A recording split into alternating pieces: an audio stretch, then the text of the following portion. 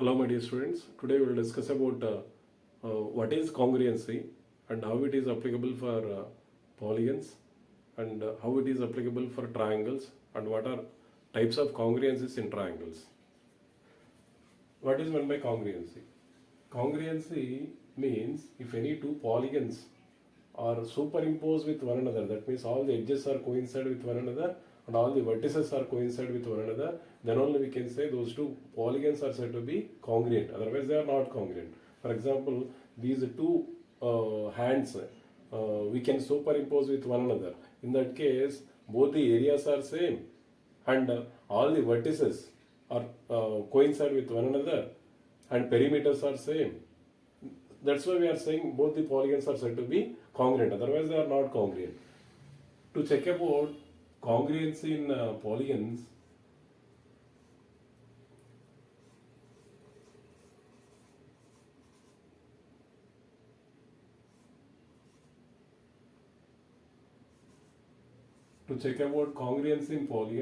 we have to check whether they are of same size and same shape.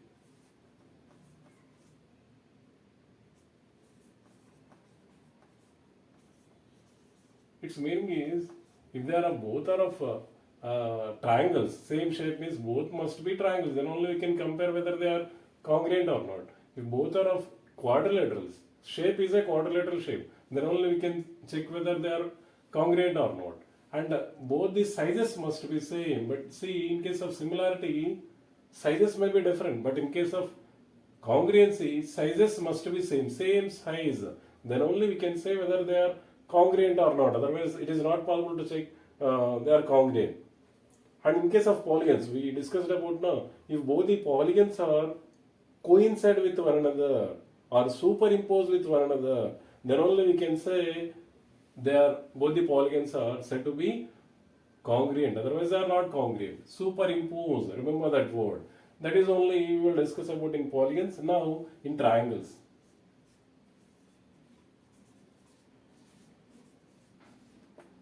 Triangles also, both the triangles are superimposed with one another, then only we can say those two triangles are said to be congruent. But in case of triangles, if he has given any two triangles, to check whether they are congruent or not, we have to check which of the congruency is applicable for those two triangles. We have to check. There are 5 types of congruencies here. Those are SAS axiom,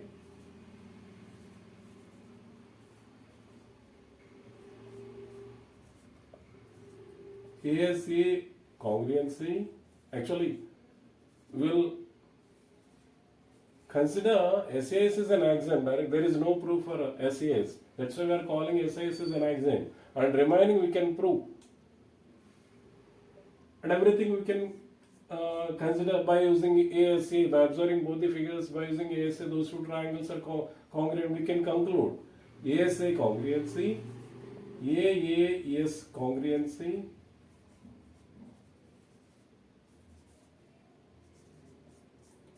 SSS congruency,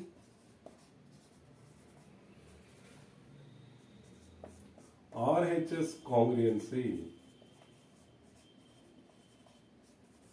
See, in case of similarities, there is only 3 types of similarities. Those are AAA similarity, but there is no AAA congruency. AAA similarity, SAS similarity, and SSS similarity.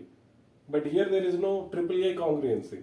Only AAA similarity. In similarity, AAA is there. SAS axiom or SAS congruency also. We can use SAS congruency also. In any two triangles, two corresponding angles and A is at middle included angle. That means if I consider these two triangles, triangle ABC and triangle DEF, these two corresponding sides are equal and AC equal to DF also and include angles. Angle A equal to angle F. Then we can say by SAS congruency these two triangles are congruent. But sequence of letters we have to take care in congruency and similarity also both. Here if we are saying ABC is congruent to DF, that is wrong. Why? Because corresponding sides must be equal. Then only we can say those two are congruent. One S must be same, corresponding side must be same. So here I am using BAC is congruent to EFD. Triangle BAC is congruent to triangle EFD. Why? Because BA length is equal to EF and angle A is equal to angle F, and angle side AC is equal to DF. Side AC equal to DF. See, we must arrange these letters in a proper way once, and then we can interchange letters. Here, if you interchange now B at last, we have to change E to the last. So here, one arrangement we have to get properly, and then we can interchange letters. So here, sir, if I am taking A, B, C is congruent to EFD, is it correct or not? No, it is not correct. So the sequence of letters in that congruency we must follow, then only we can get results also perfectly. Okay, SES. ASA means any two corresponding angles are equal and middle side, that means included side. These two angles are equal and this side is equal in both the triangles. Then we can say those two are congruent by ASA congruency. AAS means any two corresponding angles and the side is not included, not middle side. Here it is middle side, but it is not included side. AAS congruency, and we can call it as SAA also. SAA or AAS. Any two corresponding angles and the side which is not included or equal, then those two triangles are congruent by AAS congruency. SSS congruency means if all the corresponding sides are equal, then we can say those two triangles are congruent by SSS congruency.